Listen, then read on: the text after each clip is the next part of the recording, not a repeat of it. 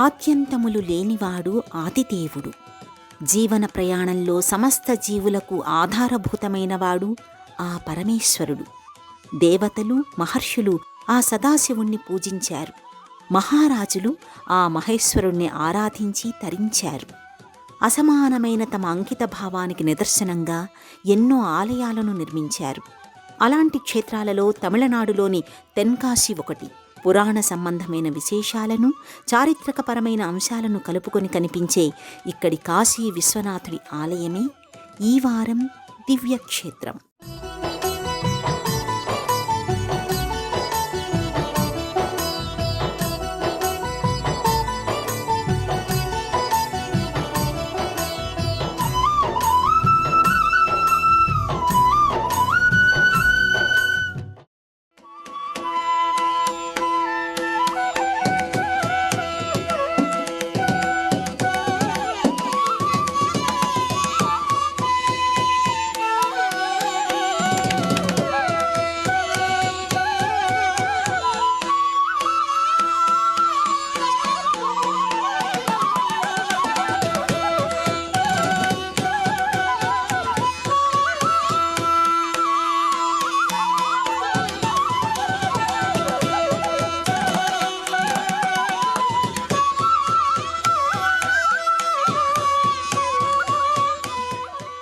తమిళనాడుకి ఆలయాల నగరమనే పేరుంది.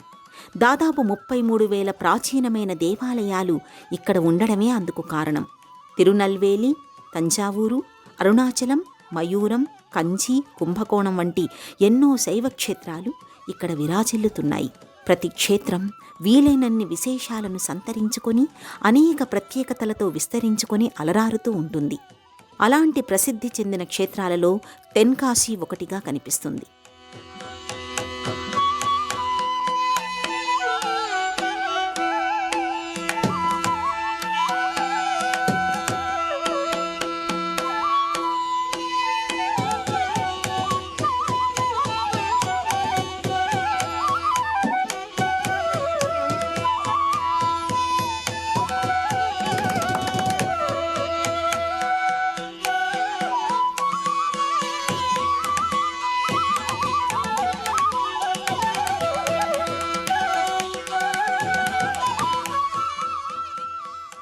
తెన్కాశి అనగానే కుట్రాళం జలపాతం గుర్తుకొస్తుంది. ప్రసిద్ధి చెందిన పర్యాటక ప్రదేశాలలో ఇది ఒకటి. అత్యంత సుందరమైన జలపాతంగానే కాదు, అనేక ఔషధ గుణాలను కలిగిన జలపాతంగా కూడా ఇది తన ప్రత్యేకతను చాటుతోంది. తెల్లని మబ్బులు కరిగి నీరైనట్టుగా, ముక్కంటిని అభిషేకించిన ఉత్సాహంతో గంగమ్మ గంతులు వేస్తున్నట్టుగా ఈ జలపాతం దూకుతూ ఉంటుంది.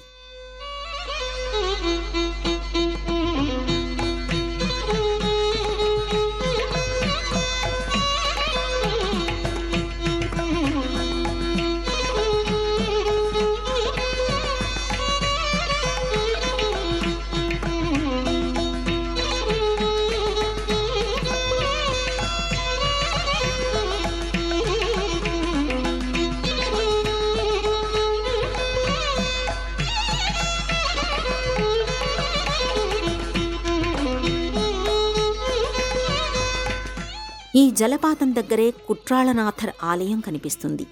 ఈ క్షేత్రానికి 2000 సంవత్సరాల చరిత్ర ఉన్నట్టుగా స్థలపురాణం చెబుతోంది. పూర్వం ఇక్కడ విష్ణుమూర్తి కొలువై ఉండగా గర్భాలయంలోని మూర్తిని అగస్త్య మహర్షి శివలింగంగా మార్చాడనే కథనం ఇక్కడ వినిపిస్తూ ఉంటుంది. అందుకు గుర్తుగా ఇక్కడి శివలింగంపై అగస్త్య మహర్షి చేతివ్రేళ్ల గుర్తులు కూడా కనిపిస్తాయని అంటారు. ఇలా కుట్రాళం జలపాతానికి, కుట్రాళేశ్వర క్షేత్రానికి అత్యంత సమీపంలో తెన్కాశి ఆలయం దర్శనమిస్తూ ఉంటుంది.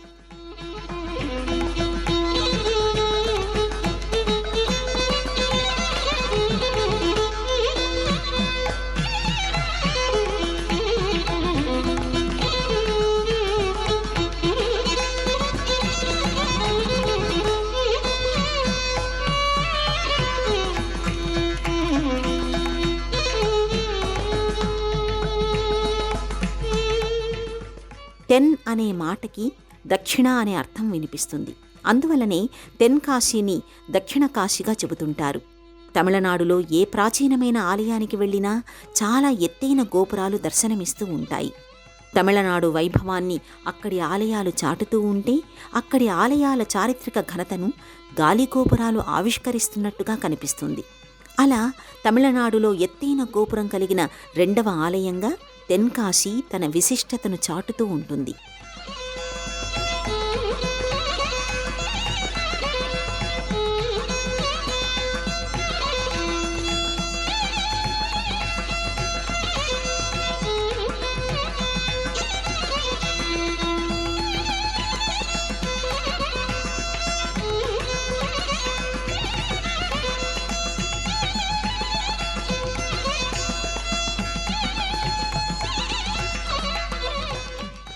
విశ్వమంతటా తానే ఆవరించి ఉన్న విశ్వనాథుడి ఆలయం ఆయనకి తగినట్టుగానే ఉండాలన్నట్టుగా ఇక్కడి రాజగోపురం సగర్వంగా నిలిచినట్టుగా ఉంటుంది.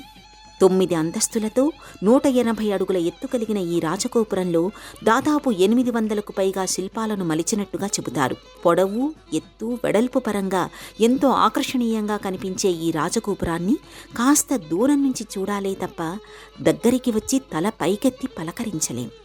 ఇప్పుడు మనం చూస్తున్నది పునర్నిర్మాణం జరిగిన గోపురం.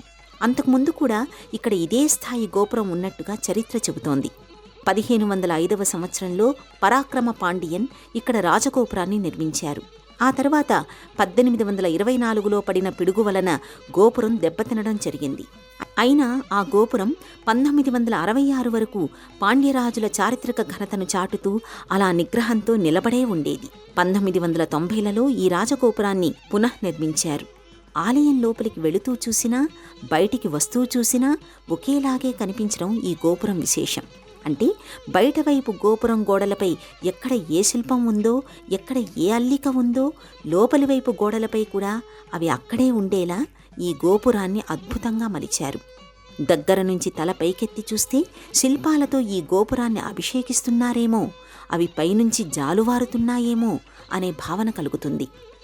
ఈ గోపురం దాటుకుని లోపలికి అడుగుపెట్టిన వారు అక్కడ చాలాసేపు ఆగకుండా ఉండలేరు, ఆశ్చర్యపోకుండా ఉండలేరు. రెండో ప్రవేశ ద్వారానికి చేరుకోవడానికి ముందే తారసపడే మంటపం, మహాదేవుడి సన్నిధానానికి చేరుకోవడానికి ముందే మనసులన్నీ వసూలు చేస్తుంది. ప్రాచీనమైన ఆలయాలలో విశాలమైన మంటపాల నిర్మాణం సహజంగానే కనిపిస్తూ ఉంటుంది. కానీ ఇక్కడ స్తంభాలకి శిల్పాలని మలిచారా, లేదంటే శిల్పాలనే స్తంభాలుగా నిలబెట్టారా అనే ఒక సందేహం కలుగుతూ ఉంటుంది. సాధారణంగా చాలా ఆలయాలలో స్తంభాల పాదభాగంలో ఓ మాదిరి శిల్పాలను మలుస్తూ ఉంటారు. కానీ ఈ ఆలయంలో స్తంభంతో సమానంగా భారీ శిల్పాలను ఆవిష్కరించడం విస్మయాన్ని కలిగిస్తుంది. తాండవ శివుడు, అగ్ని వీరభద్రుడు, కాళికాదేవి, కనకదుర్గ, శ్రీ మహావిష్ణువుకు సంబంధించిన అత్యంత భారీ శిల్పాలు చూస్తూ కళకళలాడని కళ్ళుండవు, ఆ స్తంభాలకు చుట్టుకోని చూపులు ఉండవు. ఈ మహాశిల్పాలు మంటపంలో కాదు, మన మనసులో నాట్యం చేస్తున్నట్టుగా ఉంటాయి.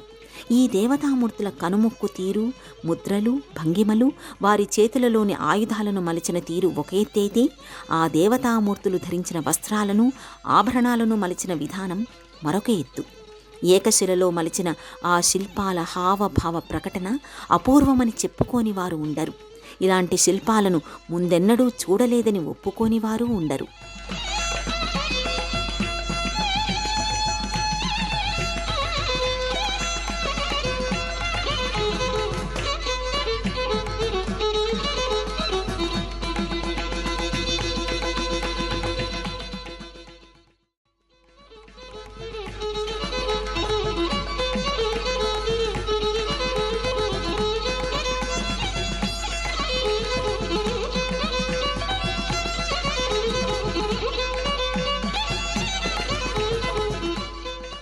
ఇక్కడి నుంచి కాస్త ముందుకు వెళ్ళగానే ధ్వజస్తంభం దగ్గరే నంది మంటపం కనిపిస్తుంది. ప్రశాంతంగా, గంభీరంగా మలచబడిన నంది విగ్రహం ఆదిదేవుడి ఆదేశం కోసం ఎదురుచూస్తున్నట్టుగా అనిపిస్తుంది. అక్కడి నుంచి ముఖమంటపం, మధ్యమంటపం, అంతరాళం, గర్భాలయంగా ఈ ఆలయ నిర్మాణం జరిగింది. పొడవైన ఆలయం కావటం వలన మంటపానికి మధ్య ప్రదేశం ఎక్కువగానే ఉంటుంది. విశాలమైన మంటపాలు, వాటిని వినయంగా మోస్తూ పొడవైన స్తంభాలు, ఆ స్తంభాలను స్పర్శిస్తూ వాటిని దాటుకుంటూ శివయ్యకి చేరువగా వెళ్లడం ఒక అనిర్వచనీయమైన అనుభూతిని కలిగిస్తుంది.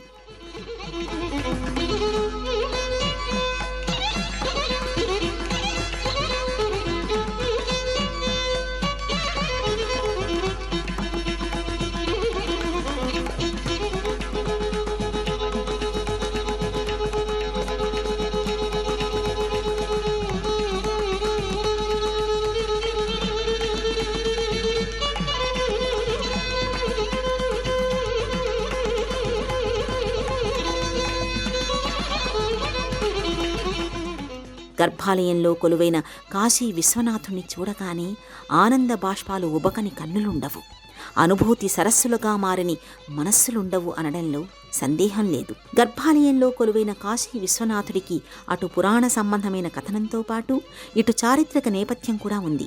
ఇక్కడి శివలింగాన్ని పురాణ కాలంలో దేవేంద్రుడు ప్రతిష్ఠించగా ఆ తరువాత కాలంలో పరాక్రమ పాండ్యన్ వెలుగులోకి తెచ్చినట్టుగా స్థల పురాణం చెబుతోంది. ఒకసారి దేవతలకు అసురులకు మధ్య పోరాటం జరుగుతూ ఉండగా దేవతల అభ్యర్థన మేరకు నీలకంఠుడు వారి పక్షాన నిలుస్తాడు. అందుకు సంతోషించిన దేవేంద్రుడు భూలోకంలో శివలింగ ప్రతిష్ఠ చేయడానికి తగిన ప్రదేశం కోసం అన్వేషిస్తాడు. మహర్షుల సూచన మేరకు ఇప్పటి తెన్కాశీ అత్యంత పవిత్రమైన ప్రదేశమని తెలుసుకొని అక్కడ శివలింగ ప్రతిష్ఠ చేయాలని నిర్ణయిస్తాడు. కాశీ నుంచి శివలింగాన్ని తీసుకుని ఇతర దేవీ దేవతలతో మహర్షులతో కలిసి ఈ ప్రదేశానికి చేరుకుంటాడు. దేవేంద్రుడి చేతుల మీదుగా ఇక్కడ శివలింగ ప్రతిష్ఠ జరుగుతుంది. దేవేంద్రుడు కాశీ నుంచి శివలింగాన్ని తీసుకుని రావటం వల్లనే ఇక్కడి స్వామి కాశీ విశ్వనాథుడి పేరుతో పూజాభిషేకాలు అందుకుంటున్నాడు.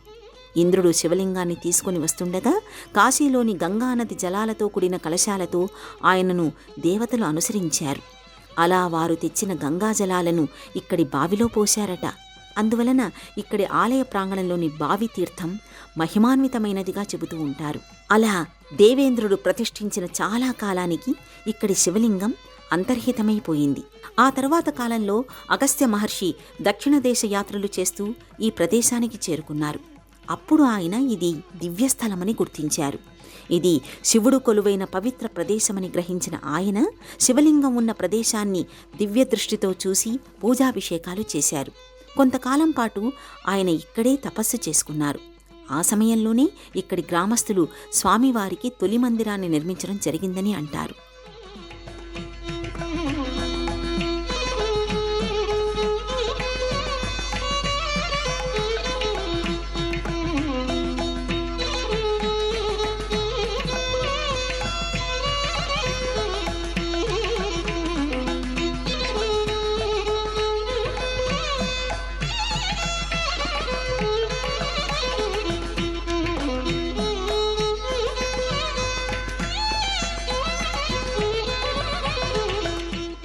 ఇక కలియుగానికి వచ్చేసరికి తమిళనాట పరాక్రమ పాండ్యన్ కాలం నడుస్తోంది. పాండ్య దేశం అంటే పాత దేశం అనే అర్థం ఉంది. అలాగే చోళ దేశం అంటే కొత్త దేశమని, చేర అంటే కొండ దేశం అనే అర్థాలు ఉన్నాయి. పాండ్యరాజుల్లో అత్యంత శక్తిమంతుడైన రాజుగా పరాక్రమ పాండ్యన్ కనిపిస్తాడు. ఆయన మహాశివభక్తుడు. తరచూ కాశీక్షేత్రానికి వెళ్లి దర్శనం చేసుకుని వస్తూ ఉండేవాడు. అలాంటి పరాక్రమ పాండ్యన్ ఒక అద్భుతమైన శివాలయాన్ని నిర్మించాలని నిర్ణయించుకుంటాడు. అందుకోసం కాశీ నుంచి శివలింగాన్ని తీసుకురావాలని భావిస్తాడు. అయితే ఆ రాత్రి ఆయనకు స్వప్నంలో శివుడు దర్శనమిస్తాడు. తాను చాలా కాలం క్రితమే కాశీ నుంచి వచ్చానని, ఫలానా ప్రదేశంలో పుట్టలో ఉన్నానని చెబుతాడు. తన సంకేతాలను అర్థం చేసుకుంటూ అనుసరించమని సెలవిస్తాడు. స్వప్నంలో శివుడు చెప్పిన ఆనవాళ్ల ప్రకారం అడవిలోకి వెళ్లిన పరాక్రమ పాండ్యన్ అక్కడి శివలింగాన్ని గుర్తిస్తాడు. అక్కడే స్వామివారికి ఆలయాన్ని నిర్మిస్తాడు. ఇది దక్షిణ కాశీ అని, కాశీక్షేత్రంలో తనని దర్శించుకోవడం వలన ఎలాంటి విశేషమైన పుణ్య ఫలితాలు కలుగుతాయో, ఈ ప్రదేశంలో అడుగుపెట్టడం వలన అలాంటి ఫలితాలే కలుగుతాయని ఆ సమయంలోనే పరాక్రమ పాండ్యన్కి సదాశివుడు సెలవిచ్చిన కథనం ఇక్కడ వినిపిస్తుంది. అప్పటి నుంచి ఈ క్షేత్రం దక్షిణ కాశీగా విలసిల్లుతూ అందుకు తగినట్టుగానే తెన్కాశీగా పిలువబడుతోంది.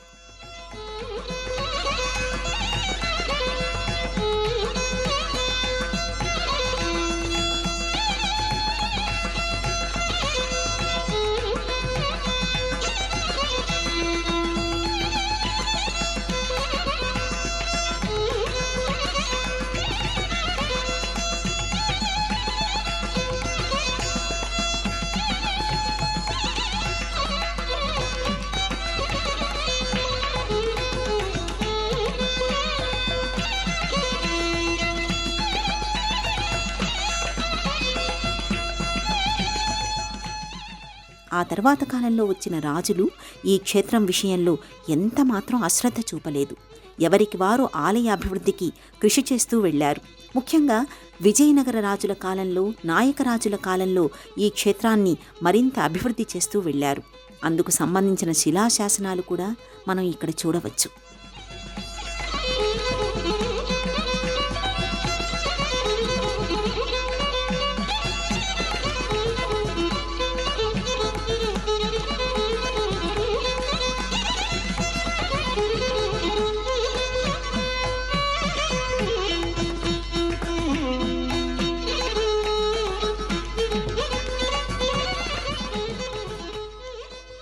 శ్రీ కాశీ విశ్వనాథ ఆలయ ప్రాంగణంలోనే అమ్మవారికి, సుబ్రహ్మణ్య స్వామికి ప్రత్యేకమైన ఆలయాలు కనిపిస్తాయి. ప్రధానమైన ఆలయంలో భాగమైనప్పటికీ విస్తీర్ణం పరంగా ఈ ఆలయాలు కూడా చాలా పెద్దవే. పార్వతీదేవి ఇక్కడ విశాలాక్షిగాను, ఉళగమ్మన్ పేరుతోనూ పూజాభిషేకాలు అందుకుంటూ ఉంటుంది. ఆ తల్లి సర్వమంగళ కనుక విశేషమైన అలంకారాలతో కళకళలాడుతూ దర్శనమిస్తూ ఉంటుంది. ఆ పక్కనే మనకు వల్లీ దేవసేన సమేతుడైన సుబ్రహ్మణ్యస్వామి ఆలయం కనిపిస్తుంది. ఇరు దేవేరులతో కూడిన స్వామివారి దివ్యమంగళమూర్తి భక్తులకు నయనానందాన్ని కలిగిస్తుంది. అమ్మవారి ఆశీస్సుల వలన సౌభాగ్యం, సుబ్రహ్మణ్యుడి అనుగ్రహం వలన సంతానం కలుగుతాయనేది భక్తుల విశ్వాసం.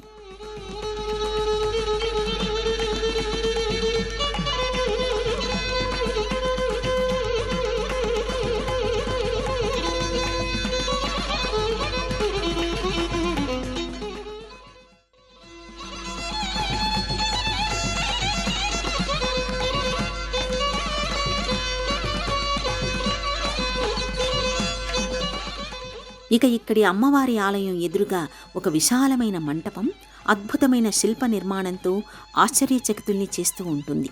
దీనికి పాండవ మంటపం అని పేరు. మహాభారత కాలంలో పాండవులు తమ అరణ్యవాస కాలంలో అనేక ప్రాంతాల మీదుగా తమ ప్రయాణాన్ని కొనసాగిస్తూ వెళ్లారు. ఆ సమయంలో వారు ఎన్నో క్షేత్రాలను దర్శిస్తూ ముందుకు సాగారు. అలా వారు ఇక్కడి కాశీ విశ్వేశ్వరుణ్ణి దర్శించుకున్నట్టుగా స్థల పురాణం చెబుతోంది. అందుకు నిదర్శనంగానే అలనాటి రాజులు వారి పేరుతో ఈ పాండవ మంటపం నిర్మించినట్టుగా చెబుతారు. పాండవులు దర్శించిన క్షేత్రాల జాబితాలో చాలా పురాతన ఆలయాలు కనిపిస్తాయి. కానీ పాండవుల శిల్పాలను మలచడం ఒక అరుదైన విషయంగా అనిపిస్తుంది. మహాభారతంలో పాండవుల రూపురేఖలు, వారి శౌర్య పరాక్రమాలను వర్ణించిన విధంగానే ఇక్కడి వారి శిల్పాలను ఆవిష్కరించారు. పాండవులను గురించి చదువుకున్న వారికి వారిని నేరుగా చూస్తున్న భావన కలుగుతుంది. ప్రధానమైన ఆలయం చుట్టూ ఉన్న ప్రాకార మంటపాలలో 63 మంది నాయనార్ల మూర్తులు వరుసగా దర్శనమిస్తాయి.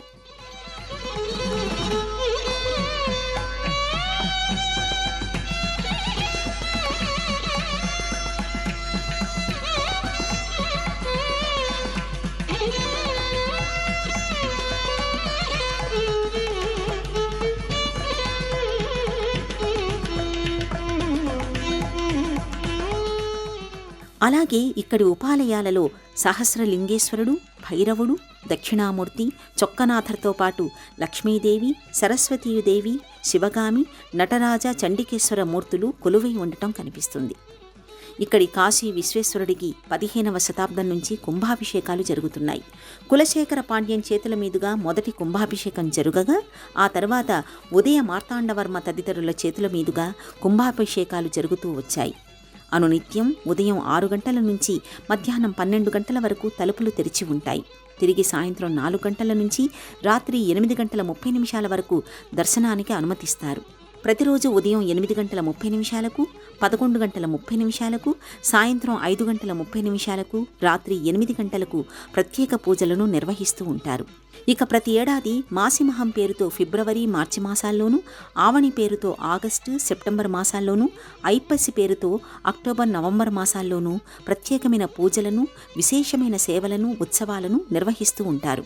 ఐప్పసిలో భాగంగా జరిగే తిరుకల్యాణ ఉత్సవానికి భక్తులు పెద్ద సంఖ్యలో తరలి వస్తుంటారు.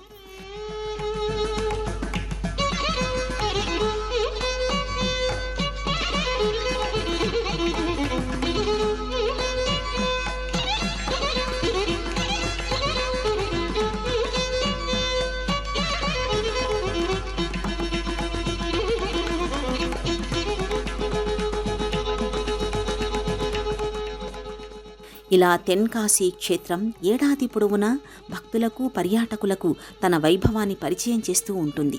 కాశీ క్షేత్రం నుంచి తరలి వచ్చిన శివలింగం, దేవతలు ప్రతిష్ఠించిన దివ్యలింగం, మహర్షులు అర్చించిన మహాలింగం, మహారాజులు సేవించిన మహిమాన్విత లింగం మన కళ్ళెదుట కనిపిస్తూ ఉంటే మనసు మహాదేవుడి మందిరమైపోతుంది. అంతరంగ పీఠం ఆదిదేవుడి ఆవాసమైపోతుంది. దేశంలోని అన్ని ప్రధానమైన పట్టణాల నుంచి చెన్నైకి రోడ్డు, రైలు, వాయు మార్గాలు ఉన్నాయి.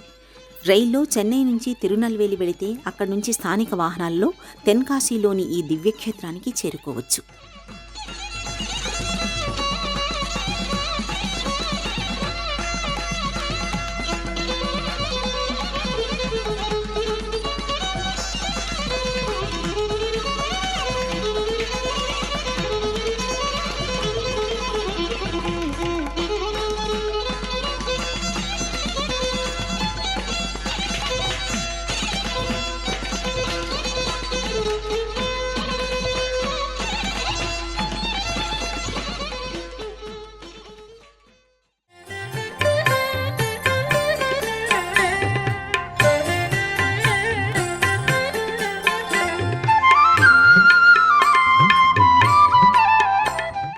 ఈ కార్యక్రమాన్ని తిరిగి చూడాలనుకుంటే www.youtube.com/@ETV Life Spiritual లో చూడవచ్చు.